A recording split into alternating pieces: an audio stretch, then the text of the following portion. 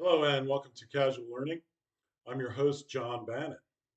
Today I'm going to do a video summary of chapter 9 of my newest book, Superdeterminism Defeats Atheism. You can get this book on Amazon Kindle. Chapter 9 is entitled God Made Religion. So this video is my refutation of the seventh point of atheistic ideology that I point out in chapter 1 of my book, namely, religions are man made. Because our universe is a predetermined static block universe without continuous causation in physics, then every thought of every human being ever was predetermined to occur uh, in our static block universe. So Dr. Hansen, a Swedish theoretical physicist, proved in 2020 that our universe is a predetermined static block universe without continuous causation in physics. This proof you can find in the physics journal Physics Essays, volume 33, number 2, in June of 2020. You can find this on the internet. It's a simple 3-page proof, but it uses Einstein's special theory of relativity, so it's conclusive. Um, so because our universe is predetermined and because causation and time is not real, then everything that happens in the universe has to be a predetermined um, aspect of our static block universe, which includes every thought of every human being. These are all aspects of physical reality. So no human being has an original thought in the universe. They're all predetermined thoughts. So, because all religions originate from the thoughts of people, then all religions originate from the predetermined static block universe. Um, we know that consciousness is an aspect of the predetermined static block universe uh, for this simple reason that let's take your arm movement for example. If you're thinking about moving your arm and your arm is moving because of that thought, your arm is a physical object, so it has to be part of the physical universe. Well, because the physical universe is predetermined, then the movement of your arm also has to be predetermined. But if the movement of your arm is predetermined, then your thought to move your arm must also be predetermined in order for your arm movement to be predetermined, which means your thoughts have to be part of the predetermined universe. They're an aspect of the universe caused by your brain, and your brain is a physical object. So, because of that, all thoughts of every human being in all of time is an aspect, a physical aspect of our predetermined universe. So, nobody actually has the power, the actual power to create their own thoughts in our physical universe. Because in a predetermined static block universe without continuous causation in physics, there is no free will on Earth, and there is no actual power for physical reality, such as our brain, to actually cause anything that hasn't already been predetermined to exist by God. So the author of all religions is not man, it's God, because God created our predetermined universe. So every thought about religion that has ever been is contained within our predetermined static block universe. Religions are not man made. Without continuous causation in physics, man cannot actually make religions, because religions appear on timeless hyperplanes of space-time in our static block universe. Then God, as the creator of the universe, made all religions that appear on Earth. Of course, there are about 4,000 religions, but only the Abrahamic religions of Judaism, Christianity, and Islam actually worship the single creator God. The diversity of religions mirrors the diversity in the natural processes deterministically used by God to create humanity. Basically, these other religions are unavoidable aspects of engineering the existence of humanity from Darwinian evolution. Quite a bit of why God does what he does comes down to the necessities inherent in creating a static block universe from the mutually determined appearance of coexisting hyperplanes of space-time.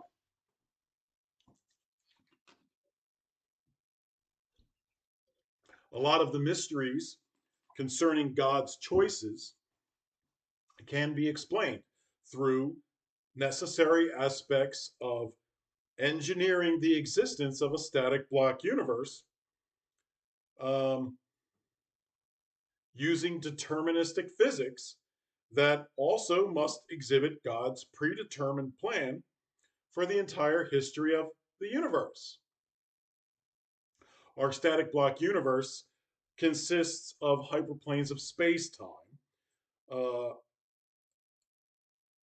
ordered in their appearance through the block universe. But these hyperplanes of space-time cannot actually cause each other to exist because continuous causation in physics is not real. So we have this static block universe, and it consists of hyperplanes of space-time or slices. You can mathematically chop up the fourth dimensional block universe into hyperplanes or segments of this fourth dimensional object in order to explain space time and how it works. And these hyperplanes have to be timeless hyperplanes. And because they're timeless, they don't exist in time. So there is no causation in time because there's no time. Plus, Dr. Hansen proved that causation in time is not real. So these hyperplanes, even though they abut or intersect each other, are nonetheless not causing each other to exist. So, how can these hyperplanes of space-time coexist um, with one another to make up our static block universe if they don't cause each other to exist? Now, one possible explanation for that is that hyperplanes share common information, which allows for their coexistence. So, for example, sharing common information, you can think of number sets. Think of a number set of 1 to 3.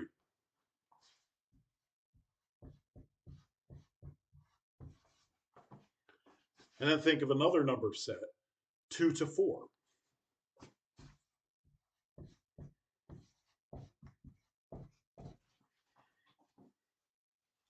Now, these two sets of numbers, they share common numbers or common information. So this is an analogy as to how these would be like two different hyperplanes, how they could share common information. So these share the common information or numbers from 2 to 3.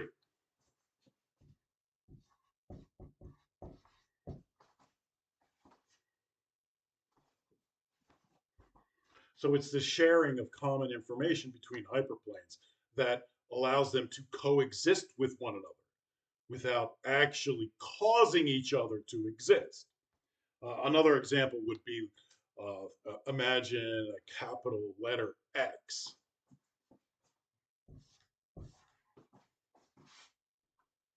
Now, you can think of each side of this X as a separate hyperplane of space-time. But you notice that because they intersect, there's an area where they share common information. It's right in the middle.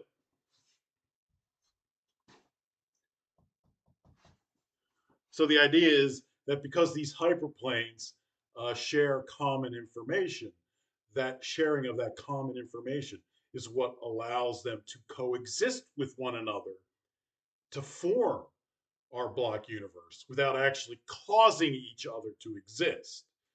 So if you think of a block universe,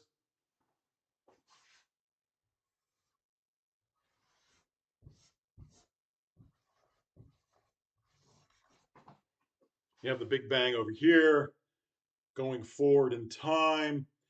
Uh, we have hyperplanes of space-time going through this. So you think of a hyperplane there, a hyperplane there, maybe a hyperplane there. They're intersecting or abutting one another, but they don't cause each other to exist. So the question is, well, how come they all exist in our block universe? Well, why are they together? Why aren't they with other hyperplanes of spacetime? Why are they together like this, if not for causation? Because causation, you can say, well, they cause each other, therefore they have to exist with one another because they cause each other to exist. But Dr. Hansen proved that continuous causation in physics is not real.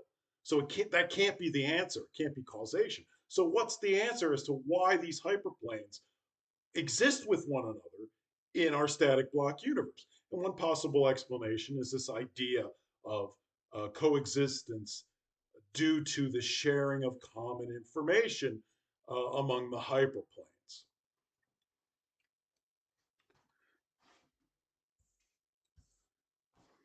So it is this sharing of common information, uh, which requires only certain abutting or intersecting hyperplanes to coexist with one another, that causes the appearance of deterministic physics. Because whether a hyperplane can coexist in our block universe is mutually determined by the coexistence of the other hyperplanes.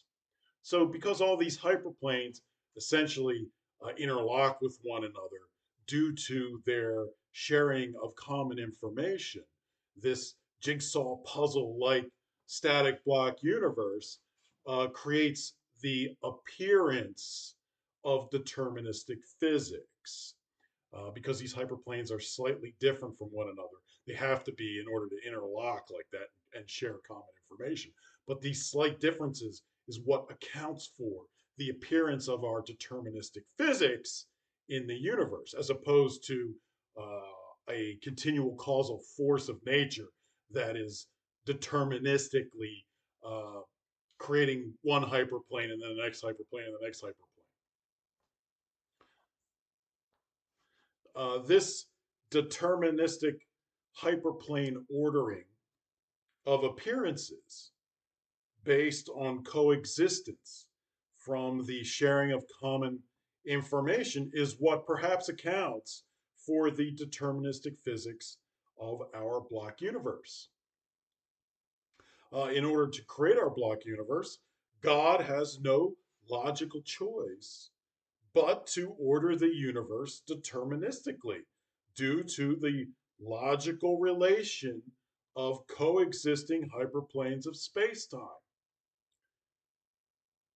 But deterministic physics requires God to build human beings up from natural processes over a long period of time due to the complexity and sophistication of human beings and their DNA.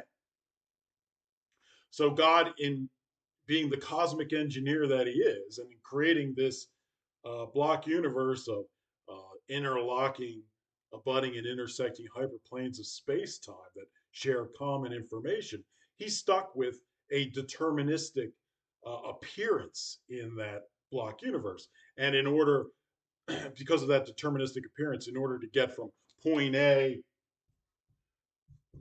to point B, A is the beginning of life, point B is human beings, God has no choice but to use that determinism, that appearance of determinism, to build life up to the point where eventually under Darwinian evolution, you get to human beings.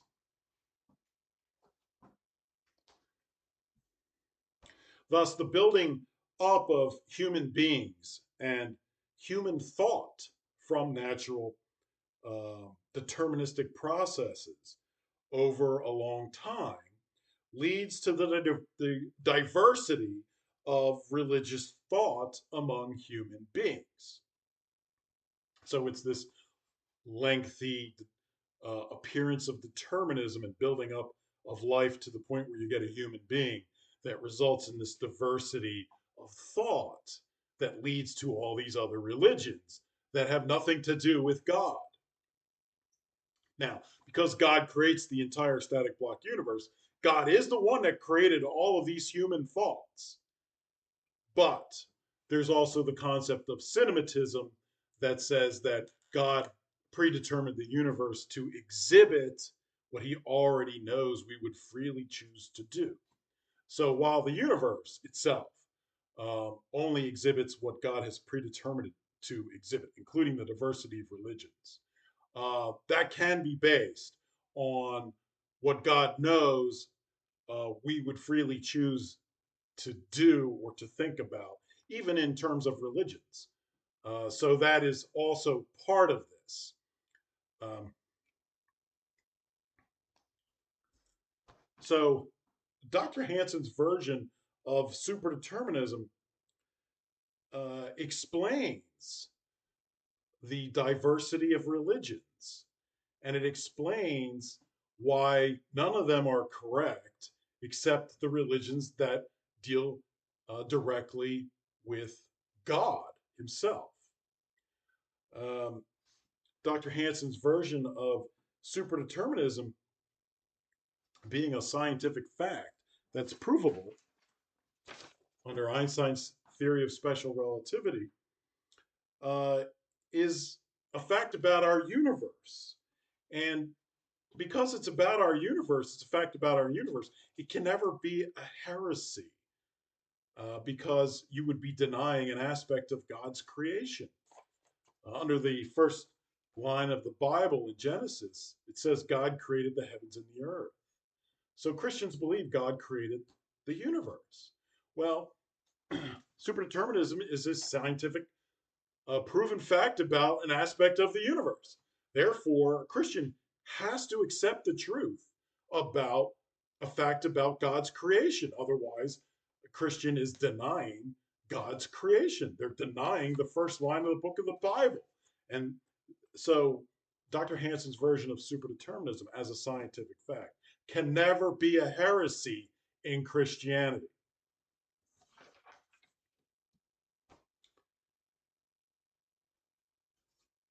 Again, a Christian cannot deny a scientific fact about the universe without denying an aspect of God's own creation of that cosmos. And that, of course, is prohibited by Christianity. Okay, so I hope you enjoyed that. Uh, Next time, I'll be back with a summary of chapter 10 of my book entitled Nature Cannot Cause Anything. All right, take care.